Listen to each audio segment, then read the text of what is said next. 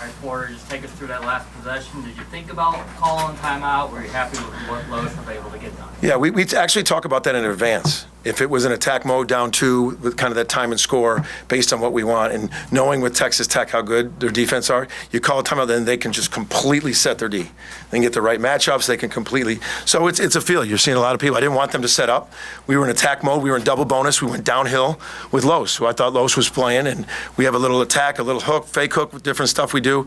But he missed a shot. So, but I thought Los had a great, did some really good things in the second half. But we go in there in advance knowing, like, sometimes it's a feel if I don't like it.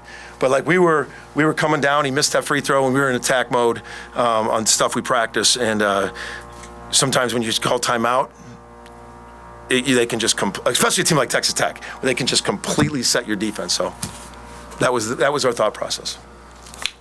You guys went up 9 in that second half, a really big run to kind of take control of the game. Yeah. What were you guys doing well to get that run, and then maybe what happened down the stretch? It's our issue with this team. We got some of us, we take the foot off the gas defensively. We keep fighting, and then we have I don't have 30 timeouts. And we come out of a timeout, we get, and we have some guys that simply just have, I got to tip my hat off to Chance McMillan. I thought he had a career night. He was hitting flying shots into the corner. He got one off a rescreen on an end out. You just got to be down and ready. You know what we're going to do. They hit on a low action in the far corner against their bench, that stuff we've gone over, and everything matters when it's a 1-point loss. Everything matters at a 1-point loss. And, that's, even this. I mean, I don't know if any of you guys have thought of this, but I trust me, it's bothered me so much. They were at free throw. We were like, last shot, start the action at 10, start the action at 10. We go down the other end, they start the action at 19. We're screaming, hold up, we want the last shot. We didn't. They come down, get fouled, make 2 free throws. That stuff, leadership stuff that we're in there, we were talking about it at their free throw. Say it was 29 seconds left, we want the last shot, we're starting our action at 10, and we started at 18. That's a complete mental breakdown. That starts with me. We're obviously not coached well enough, but we sat there and talked about that. Everything matters, man. Everything matters. And I thought offensively, you told me we would have scored 84 points. I thought we did some really good things, man. I had some really good things offensively, time and time again against an elite defensive team. And our second half defense got us. And we left 9 free throws on the table. It's the first time I'll probably say that this year. It's the first time I'll say, man, our free throw shooting got us. And that's literally the first time all year I've said that we've really struggled. I mean, we left 9. In a 1-point game, we left 9 on the table. Those are some of the things. Go Ryan Avery, then TJ. Yeah, Porter, you talk about everything matters. Obviously, that first few minutes, Tech was able to get to the bucket, build that quick 8-point lead. Yeah. What you see there that wasn't going right for y'all, especially defensively? I know sort of this game came in waves at you, but how important was that first stretch? Yeah, I mean, it was. And I thought how we responded the first step was even bigger, because I thought they were up, were they up 17-9? And then we turned around and took the lead. And that was in that stretch when we called a timeout. I think it was 17-9. And I think we had 9 straight stops after that. All right, our defense really kicked in. And so that's going to happen sometimes, those early leads like that.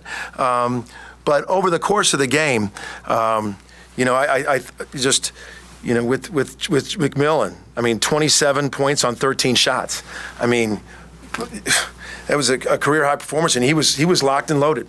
I thought, I thought for us, I thought Rivaldo Suarez did so many good things for us. He had 10 rebounds, he had some blocks, 4 assists, no turnovers. Like I said, offensively, we kept on answering the bell. I thought it's just 72% in a second half defense and missing your free throws is very, very tough to overcome against a top 20 team, number 1 in the Big 12. You mentioned it a little bit already, but just how thin are the margins Yeah. in games like this? They're very thin. They're very thin, and that's what you try to, bind things that bind this team together. And they really want to, this year, and that's what you got to understand when you're playing for March and playing for in there. That, man, everything matters. So if the big boy's out beyond 3 and they're running a little back, you got to have high hands. You can't have this, so they throw 2 backdoor passes. It adds up. It adds up. The positive is these guys care. Man, this is not a broken locker room. This is a locker room that's hurting right now. They are crushed in there, and they are going to, the only one way to respond. I mean, the last 2 days, I couldn't ask for them to respond better against Texas. I can tell you, they responded every which way you'd want young men to respond. They played their tails off in practice. They were locked in. We didn't get it done. But it isn't because we're sitting here, we got a fractured locker room, we got some attitude problems. We don't have any of that. All right. And that's what gives me absolute passion to know that we still can build wins on this thing because of our schedule is so tough. You're going to get great opportunities to win. And that's what I love about this team right now. They're crushed and we're crushed. I know all that. All right. But that's a good thing if they are. It's a bad thing if they're sitting there like pointing fingers and that. That's not this locker room right now. They are really hurting right now. And that's what's going to make us bounce back. Ryan Chapman and James Dale. You mentioned that very end, starting the action too early. Is that just guys getting absorbed by the moment and just getting overexcited? Is that Could be. Yeah. I mean, we practiced the last shot of the second half. We literally, it was a dead ball. We set our action. We knew what we were going to do. And I said, start it at 10. And we go down there, they're waiting, and all of a sudden they start it at 18. And we're trying to scream, hold up, and then they take a shot, they come down and get fouled. That's 2 free throws.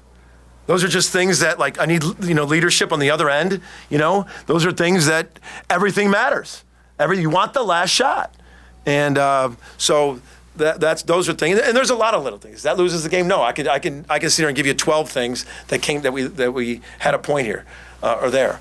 We have a thing. If you ask our guys, what's your offensive rebounding philosophy when there's low shot clock on a baseline out of bounds play? There's low shot clock. On a baseline out of bounds play, what's our rebounding philosophy? They'll all tell you. No one goes to the offensive glass. If it's a quick shot, a lot of times those rebounds can go for a long basket. We have literally a philosophy on that. We all crash. When we miss a shot, they break away for a layup. Like they knew right away. They're like, so those are the things that they've got to keep coming together. And I tell you, I know what binds them is none of them have been to the NCAA tournament. Only the coach has been to the NCAA tournament. And we've used that as a fuel to bind them. That like, man, this is what binds you together. I told them my first team at Creighton that I played on, none of us went to the NCAA tournament. But it bound us. It bound us. We were fighting so hard for that, and we went. So it doesn't have to be a negative, but you got to learn that everything matters. There's a lot of little things that go into these games, and that end of the half was one of them. That offensive rebound on a baseline of bounds play was one of them. And so like I said, the guys' mentality, they were talking about it right away. I mean, they knew it. So that's what I love about this group, is right now they are not fractured. They're hurting, but they're not pointing fingers at each other, and that's where I know we can bounce back from 2 tough losses. Javian is such a good player. It looks like to me they do everything they can to keep him from really getting going. He made some great passes, but what were they doing to try to negate what he does in this game? Just being physical, being really physical. Times they denied him the ball. I mean, it's just, and we can learn from that. Like like Steph Curry, you can look at a lot of guys that people try to take guys away. That, there's different things working without the ball. I thought he did some good things better than he did against Texas.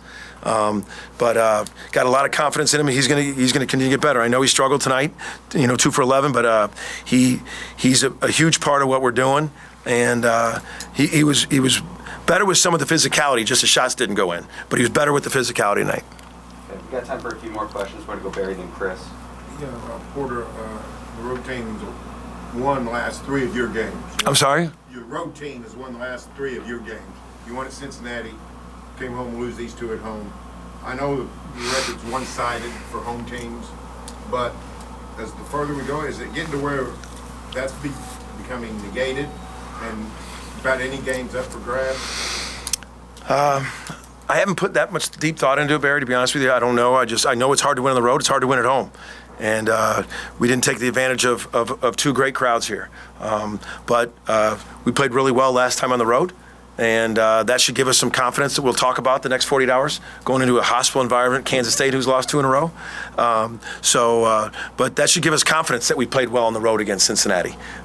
We fought and we played really, really hard and gritty, and we got to do the same Tuesday. Go ahead, Chris.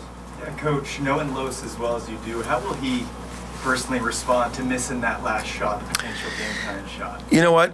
He knows that I have total confidence in him with the thing. I think he's bothered by some of the stuff that he knows that a lot of things added up to get to that point. That didn't lose us the game. It would have helped us tie the score. But oh man, he's hurting. He's hurting. Because we all know, like, we got to find ways to get stops. 72%. And again, I tipped their hat. They made some really, really good thread the needle back doors. Both those back doors were absolute thread the needles. Great plays. They hit some tough threes on the move, flying into the corners. You got to tip your hat off. But man, we got to be better, not even giving them that. You know, trying to make them not even shoot it. You know, that's our stand. I mean, especially when the guy's on a heater. The kid was on a heater. But go ahead. Okay, we'll go Myron Holden and Mason to close it out. Also, Miles hit some big shots. He did. Is that something his offensive? No, he's been very good. I mean, he had 13 points, 5 assists, no turnovers. Think about that. 13 points, 5 assists, no turnovers. And Javion actually had 3 assists, no turnovers. So those two did really well. But we had 11, some other guys, turnovers off the bench. And but I thought Los had a great mentality. I thought he was doing a lot of really good things. Confidence still there? Yeah, oh, for sure. He's pissed. He's hurting. And, you'd be way worse if you're sitting there and that they're just like, they're not hurting. That hurt is going to fuel us. There's a lot left. There's a lot of games. We stubbed our toe. There's no doubt. Did worse than that. We're going to find a way to bounce back because they care. The last 2 days, how hard they fought in practice, how hard they studied for the game plan. Just when you get out there, there's little things that add up. Holden. Ray McCassell was pretty complimentary of the crowd and the environment today. Just what did you think of the crowd? I just said on the radio, man, they were great. It's what I envisioned. And I thought they were really, I thought they were so loud, and I thought there were times, and Texas Tech just answered it. I mean, we were trying to get going. All of a sudden, they hit a 3 flying into the corner. They hit a couple threes at the end of the shot clock. I think they had 2 threes with like 1 or 2 seconds on the shot clock over the 40-minute game. That all adds up. And but I thought the crowd was awesome. It was awesome. And man, they made a difference. Mason to close it Or out. you expected Sam to have a bounce back game today? How much did it help, and how much will it help moving forward? I thought Sam was outstanding. He had a bounce for a step. You can see how he went and tried to wind up and dunk that one on that little action we did for him. We went right at him. I think Sam had 13 and 8, 1 assist, 1 turnover, 8 rebounds, 13 points in 24 minutes. I thought he was outstanding. It's great to have that kind of effort from Sam, and should have been a great effort and a win. Like he was really tough in there, and it was great to see him get back. Like I said, I can sum it all up. There's a lot of little things that go into winning, and the second half defense there was a handful that you could just point your finger to that added up. Thanks, everyone. Thanks, Coach. Thanks, Porter. Thanks, Porter.